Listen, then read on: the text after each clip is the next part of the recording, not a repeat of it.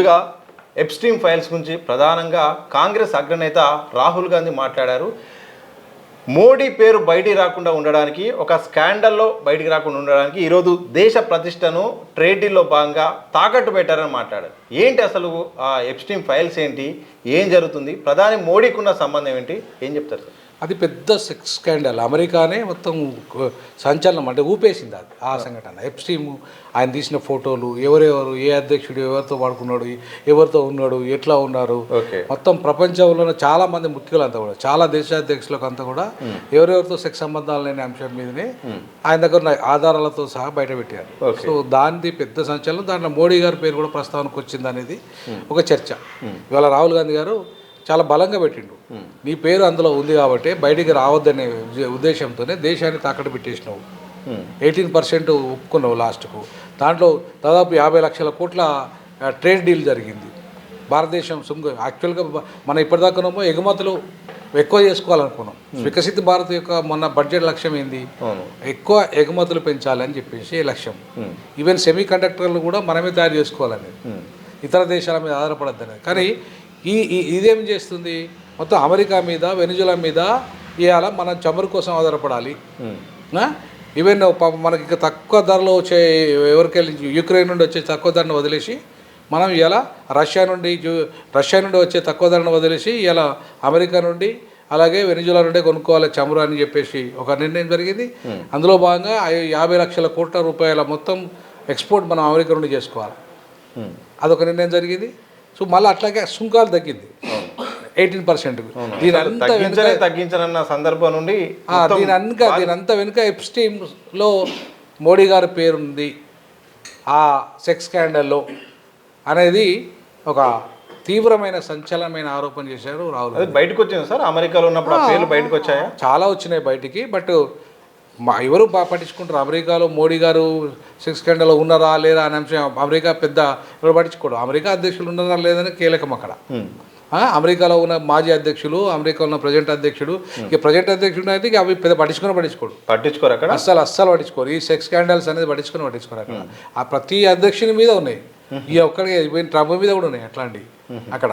కాబట్టి అక్కడ చాలా కామన్. బట్ ఇక్కడ ఇండియాకి వచ్చేసరికి అందులో మోడీ బ్రహ్మచారిగా ఉన్నాడు, మోడీ పతితనడిగా మొత్తం దేశమంతా ప్రచారం కదా. మరి అట్లాంటి వాడు సెక్స్ స్కాండల్లో ఉన్నాడు అనేది పెద్ద ఈ న్యూస్ కదా, అది సంచలనమైన న్యూస్ కదా. సో ఆయన పరువు కోసం దేశాన్ని అమ్మేసిండని చెప్పేసి రాహుల్ గాంధీ చాలా తీవ్రమైన ఆరోపణలు అయితే చేశాడు. యాక్సెప్ట్ చేస్తారు అని ఆయన వ్యాఖ్యాన్ని. ఇప్పుడు ఆయన వ్యాఖ్యలు కరెక్ట్ కాకపోతే ఇవాళ ఎందుకు సరెండర్ కావాలి? ట్రంప్కు ఎందుకు సరెండర్ కావాలి? ఇంతగానో సరెండర్ కావాల్సిన అవసరం ఏముంది? దేశ ప్రయోజనాల కోసం అంటున్నారు. దేశ ప్రయోజనాలు ఏమి ముడిపడినాయి చెప్పండి. ఇప్పుడు దేశ ప్రయోజనాలకు ఏమి ముడిపడింది? వ్యాపారము మన దగ్గరికి వెళ్ళి అమెరికా కొనాలా, అమెరికా మనం కొనాలా? ఇప్పుడు మన దేశం డెవలప్ కావాలంటే అమెరికా మన వస్తువులు కొనాలి. కానీ ఈ ట్రేడ్ డీల్ ప్రకారము అమెరికా వస్తువులు మనం కొనాలి. అంటే అర్థమైంది, అమెరికాకు లాభం చేస్తున్నట్ట, మనకు లాభం చేస్తున్నట్ట? అమెరికాకి అది లాభం జరిగేది.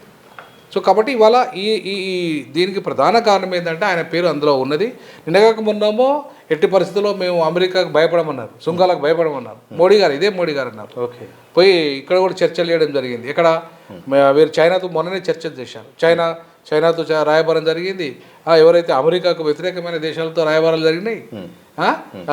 అయినా సరే ఇమీడియట్లీ ఎప్పుడైతే ఎప్స్టీన్ ఇష్యూ తెర మీదకి తీసుకొచ్చిండో ట్రంప్, ఈయన పేరు ప్రస్తావనకు వస్తుందనగానే భయపడిపోయాడు. ఆయనతో పాటు అదానీ ఉన్నాడు. అదానికి కూడా దీంతో సంబంధం ఉంది. అదానికి వ్యాపార సంబంధాలు లొసుకులన్నీ దీంట్లో ఉన్నాయి అనేది. సో అదాని ఒకవైపు, ఈయన పేరు ఒకవైపు వచ్చేసరికి భయపడిపోయిన మోడీ దిగొచ్చి ఆయనకు లొంగిపోయి ఎక్కడ తన పరువు పోతుందని చెప్పేసి ఇవాళ ఒప్పందాలు దేశాన్ని ఆయన పరువు కోసం దేశాన్ని అమ్మేసిందని రాహుల్ గాంధీ తీవ్రమైన ఆరోపణలు చేశాడు.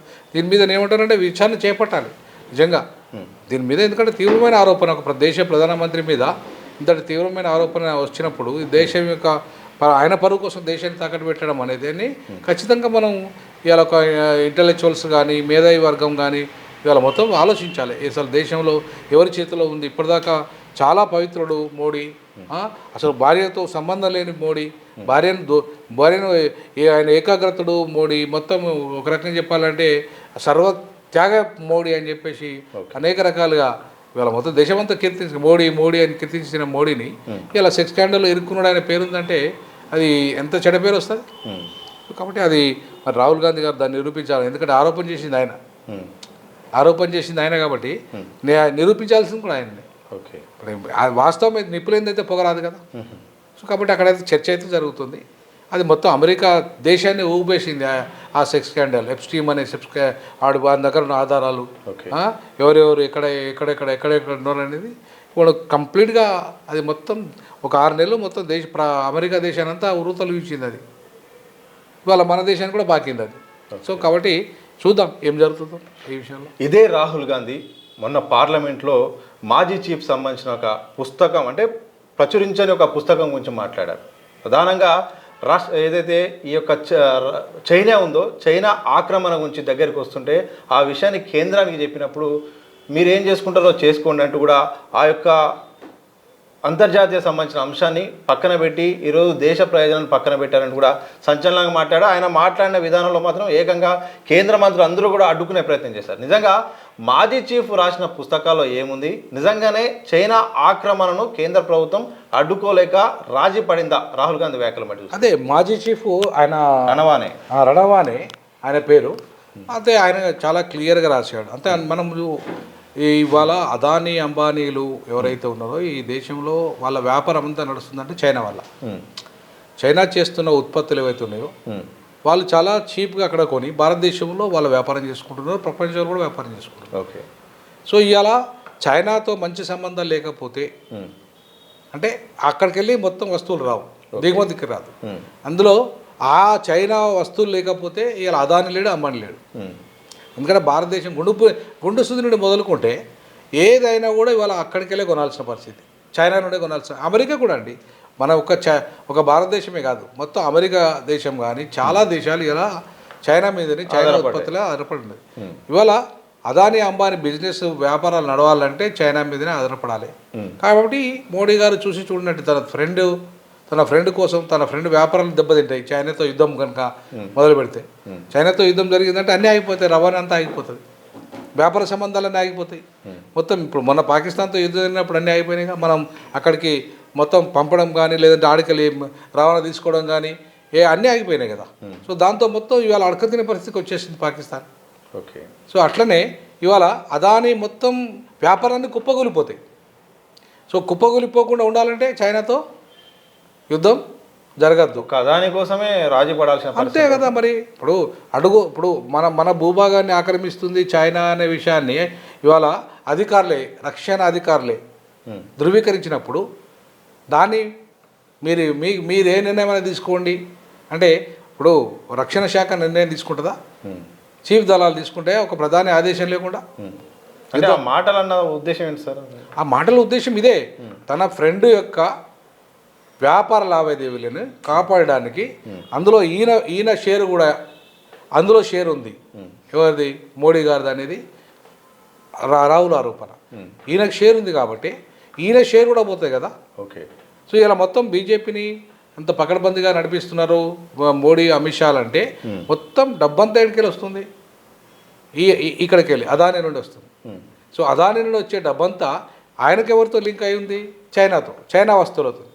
సో చైనా వస్తువులు ఇక్కడికి రాకపోతే అదానికి అంత డబ్బు రాదు, అంత పెద్ద వ్యాపారం చేయలేడు. కాబట్టి అదానికి మేలు జరగాలంటే చైనాతో యుద్ధం ఆగాలి.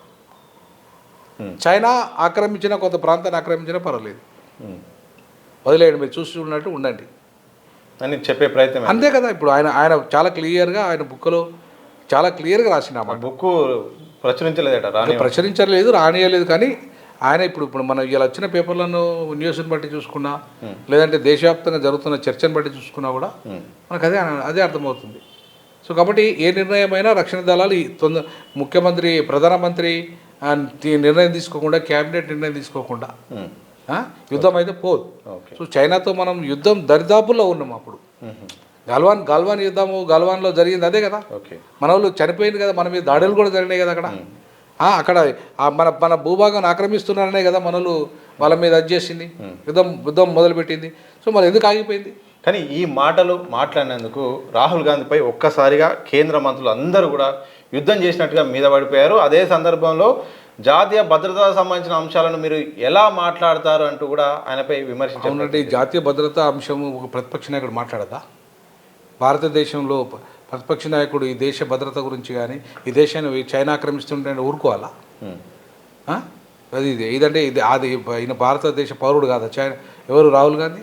ఆయన పార్టీ 130-150 సంవత్సరాల చరిత్ర ఉన్న పార్టీ, మరి ఈ దేశాన్ని ఇంతకాలం రక్షించిన పార్టీ, చైనాతో యుద్ధమైనప్పుడు గెలిపించిన పార్టీ, మరి వాళ్ళ చైనా ఆక్రమిస్తుంటే సైలెంట్గా కూర్చుంటుందా? మాట్లాడారా ప్రతిపక్ష నాయకుడు? ఆయన మాట్లాడే హక్కు లేదా? ఈ దేశంలో ఉన్న పౌరులకు మాట్లాడే హక్కు లేదా? ఒక దేశం దురాక్రమ సర్వసత్తాక దేశం అండి ఇది, సార్వభౌమాధికార దేశము, సర్వసత్తాక దేశము, రాజ్యాంగంలో మనం రాసుకున్నదే కదా. మరి ఇప్పుడు భారత పౌరుడు ప్రతిపక్ష నాయకుడు ఆయన రాహుల్ గాంధీ మరి చైనా ఆక్రమిస్తుంటే చూస్తూ ఎట్లా ఊరుకుంటాడు? అదాని ప్రయోజనాల కోసం దేశాన్ని ఏ రకంగా తాకట్టు పెడతాడు?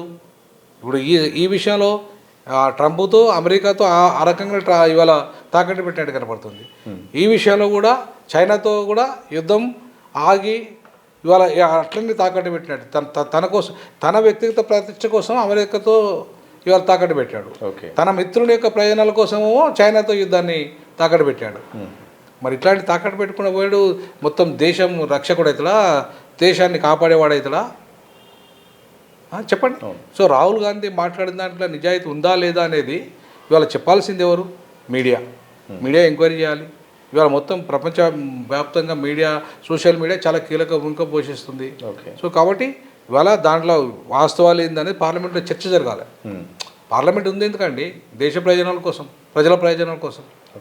అంతేగాని పార్లమెంట్ ఉన్నది అయిన నమో జపం చేయడం కోసం కాదు కదా. నమో జపం చేయడానికి మరి పార్లమెంట్ ఎందుకు ఉండాలి? బీజేపీ ఒక్కడు ఉంటే సరిపోతుంది కదా.